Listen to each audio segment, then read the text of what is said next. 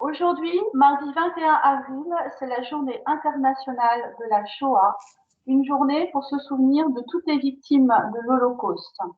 Nous allons nous intéresser aujourd'hui au destin tragique de Louise Pikowski, une adolescente de 16 ans qui a été arrêtée en janvier 1944 avec toute sa famille et déportée à Auschwitz, d'où elle n'est jamais revenue. Pour nous en parler, Stéphanie Trouillard est avec moi. Bonjour Stéphanie. Bonjour. Stéphanie Trouillard, vous êtes journaliste à France 24 et vous êtes aussi l'auteur, plus précisément la scénariste de la bande dessinée Si je reviens un jour, les lettres retrouvées de Louise Pikowski, une bande dessinée que vous avez réalisée en collaboration avec Thibault Lambert et donc qui a été éditée chez Des Ronds dans l'eau. Donc cette bande dessinée, elle est dans les cartons de mon libraire, du coup, et qui devait donc me la livrer au moment où le confinement a été mis en place. Donc, je ne l'ai pas lu, les lecteurs de la médiathèque des Vosges ne l'ont pas lu non plus. Est-ce que vous pouvez de ce fait nous la montrer et nous la raconter? Alors la voici. C'est vrai que bon, c'est tombé, la sortie est mal tombée finalement. La BD a été publiée le 11 mars, soit quelques jours avant la date du confinement. Donc actuellement, elle est confinée. Voilà, elle attend les lecteurs en librairie et bientôt dans les médiathèques. Donc c'est une bande dessinée qui raconte l'histoire d'une jeune fille qui s'appelait Louise Pikowski et qui habitait à Boulogne-Billancourt pendant la Seconde Guerre mondiale et qui était élève au lycée Jean de La Fontaine, qui se situe dans le 16e arrondissement à Paris. Et il y a quelques années, en fait, des lettres qui ont été écrites par cette jeune fille ont été retrouvées au sein de cet établissement, dans une armoire du lycée, un peu par hasard. En fait, c'était une professeure qui faisait un déménagement d'armoire et qui cherchait de la place et qui est tombée sur une enveloppe avec les lettres écrites par cette jeune fille durant la guerre. Et en fait, c'était des lettres qu'elle avait échangées avec l'une de ses professeurs, notamment pendant l'été 1942. Elle a eu une correspondance avec l'une de ses professeurs, qui s'appelait Mademoiselle Malingret, et elles échangeaient sur sa vie, ce qui se passait, bien entendu, la guerre, mais aussi des réflexions un peu plus profondes sur l'amitié, sur la religion, puisque Louise était juive et sa professeure était catholique. Et donc, il y avait tout un échange spirituel, intellectuel entre l'élève et sa professeure.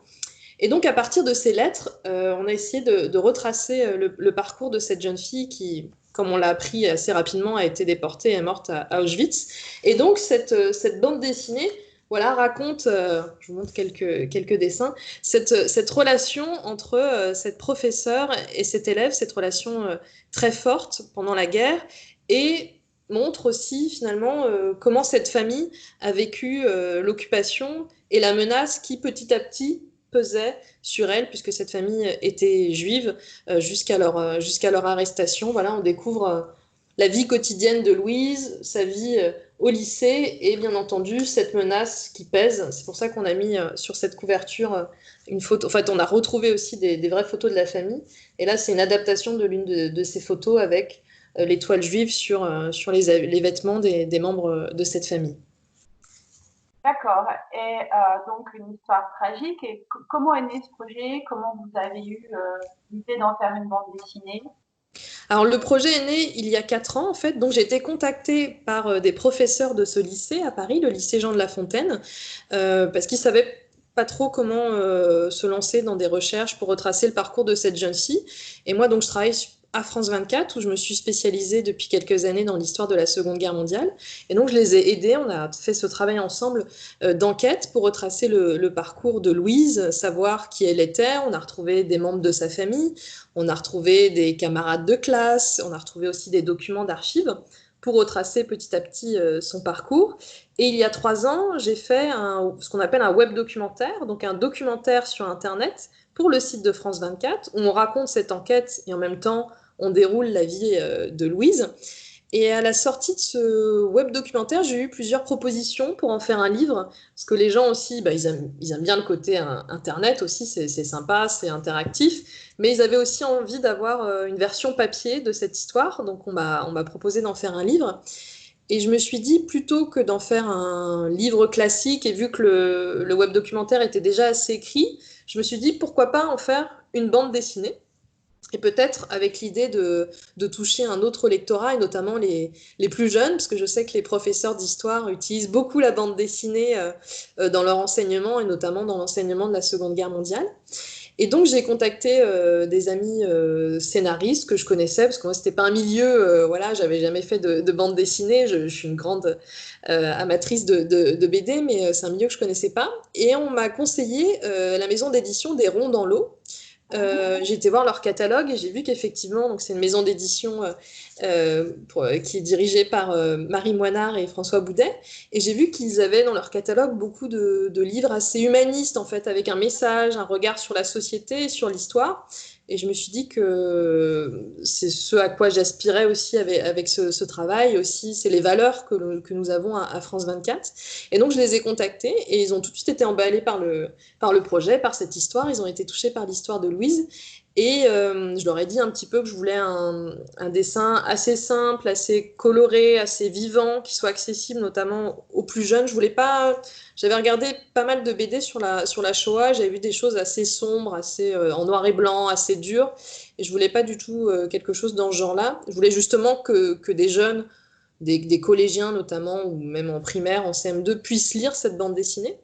Et donc j'ai regardé un petit peu dans leurs dessinateurs et j'ai vu le travail de Thibault Lambert, qui est un dessinateur belge, et ils m'ont mis en relation avec lui et c'est comme ça qu'on a créé ensemble, voilà, ce travail d'équipe, qu'on a créé ensemble cette bande dessinée. Et c'était très intéressant parce que c'était une autre étape dans ce projet sur Louis Spikowski. Là, on redonnait quelque part vie à cette famille en dessin, donc c'était une autre manière de présenter cette histoire. Et je suis contente parce que là, bon, il y a quand même quelques personnes qui ont pu voir la bande dessinée, qui ont pu l'acheter avant le confinement.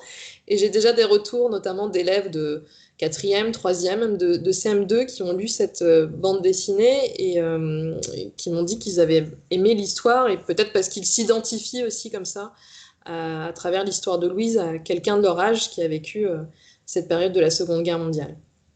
Je crois que vous êtes amené à intervenir d'ailleurs dans les écoles, les collèges, les lycées avec cette BD, non? Oui, mais j'interviens régulièrement. Et il y a peu, j'étais dans un collège près de chez vous, à Gravigny. Le collège voilà, de Gravigny, c'était vraiment début mars en fait, et je venais juste de recevoir la BD. Et donc j'ai présenté aux élèves de 3e du collège de Gravigny la bande dessinée. Et donc c'est toujours des moments très intéressants parce que les élèves ont des questions assez directes, je trouve, des questions qu'on ne se pose pas forcément en fait. Et j'aime bien comme ça aller à la rencontre des plus jeunes et voilà, leur proposer voilà, de rentrer par ce biais dans cette histoire de la Seconde Guerre mondiale à travers l'exemple de cette jeune fille. Stéphanie, est-ce que vous pourriez nous lire un extrait d'une des lettres de Louise? Oui, bah, je vais vous lire l'extrait qui, moi, me touche le plus, en fait, dans les lettres de Louise. Donc, je vous disais que on retrouve en dessin l'histoire de Louise dans cette bande dessinée. Et à la fin, en fait, on a fait un dossier pédagogique dans l'idée aussi que ça puisse être utilisé par les enseignants. Et on a mis en fac-similé les fameuses lettres de Louis Spikowski. Et donc, on les retrouve toutes à la fin du livre. Et je voudrais vous lire un extrait qui, moi, me touche beaucoup et qui résonne aussi un peu avec la situation qu'on vit aujourd'hui, même si voilà, c'est pas du tout la même chose par rapport à ce que Louise a vécu durant la Seconde Guerre mondiale. Mais dans ses lettres, dans l'une de ses lettres, Louise s'interroge notamment sur la notion de souffrance. Et elle dit je pense que la première source de joie, c'est comme vous nous l'avez dit, la joie de vivre, de voir clair. Je pense que les Grecs avaient raison de considérer comme la plus grande souffrance celle de ne plus voir la lumière du soleil. Oh oui, pouvoir respirer l'odeur de l'herbe, voir le soleil dans les champs, et à défaut voir même les couchers de soleil à Paris, admirer les étoiles, c'est bien la première joie. Et puis il y a la joie du devoir, que l'on a à faire chaque jour, la joie de sentir que dans sa famille et même dans la société, on tient une place, que l'on peut être utile, agréable et aimé de ceux qui nous entourent. La joie est bien en nous, quel que soit le degré de notre souffrance. Nous pouvons toujours en trouver encore un peu en pensant que notre tâche n'est jamais terminée. Je comprends maintenant ce texte de latin que j'ai traduit en 5e et dont je ne me rappelle plus que ceci. Un homme ayant perdu ses biens, dont les filles ont été emmenées en esclavage et qui dit « On ne m'a pas pris ma richesse, car ma richesse est en moi. » Voilà. Donc on voit déjà la très grande intelligence et maturité de Louise qui a écrit ces mots alors qu'elle avait 14 ans. Donc on sent voilà, une grande réflexion. Déjà, voilà, elle philosophait sur la vie et je crois que ses paroles aussi peuvent nous aider à relativiser ce qu'on vit actuellement. Alors, je crois, vous allez consommer les lettres de Louise, hein, sont disponibles au mémorial de la Shoah, pour ceux qui veulent les consulter. Oui, voilà, dans l'idée qu'elles soient bien conservées, parce qu'elles sont restées malheureusement pendant des années dans une armoire du lycée.